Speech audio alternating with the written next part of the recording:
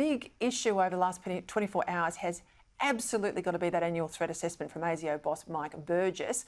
Out in the PM speech today, yes, he canvassed broad topics, but there was a bit of detail there about the AUKUS sub deal. And who better than the Australian's foreign editor, Greg Sheridan, to go through all of that.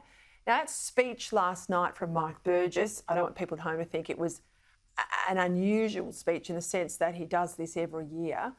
This hive of spies line and pointing to particular categories that were targeted.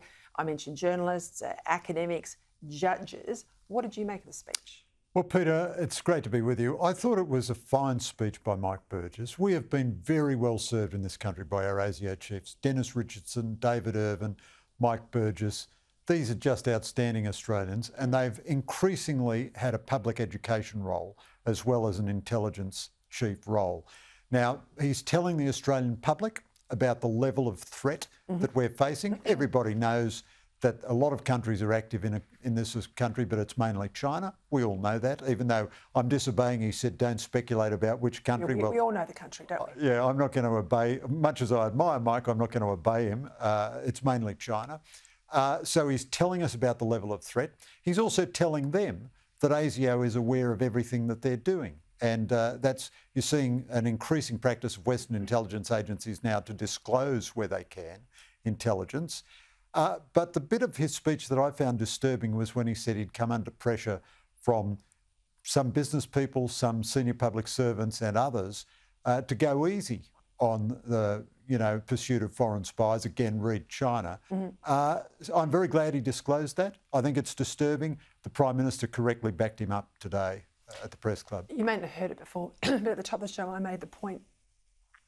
I remember getting calls from these business types, billionaire business types, at the time we were doing the free trade agreement, to have nothing to say about the Uyghurs and human rights abuses in China. Now, that's one thing coming into a political staffer. It's quite another thing to make those sorts of comments. And he mentions they're coming out of the bureaucracy as well to our ASIO chief. I thought that was a damning indictment that still around Canberra there are these mandarins who swallow the old China line.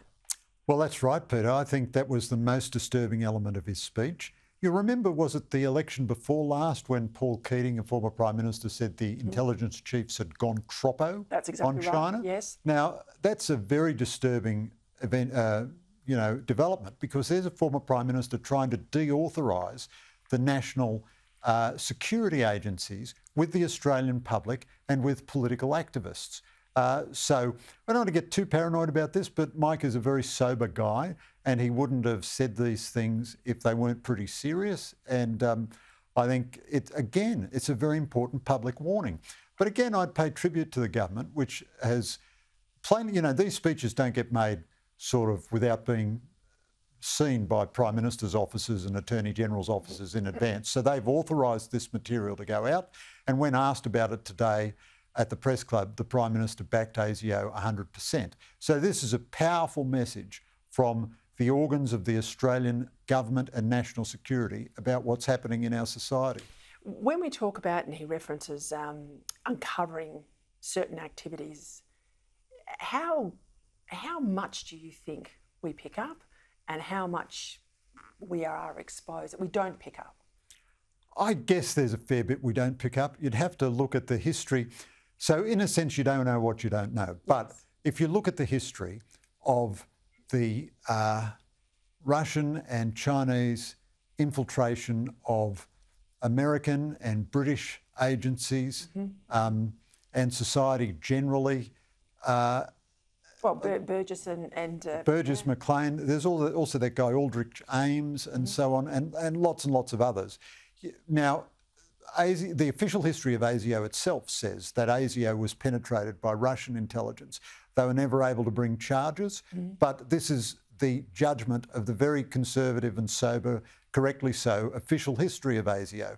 Now, Mike Burgess is telling us that we've never been under more, widespread, large-scale espionage, cyber and so on assault. So you'd have to imagine there's a fair bit that we don't pick up.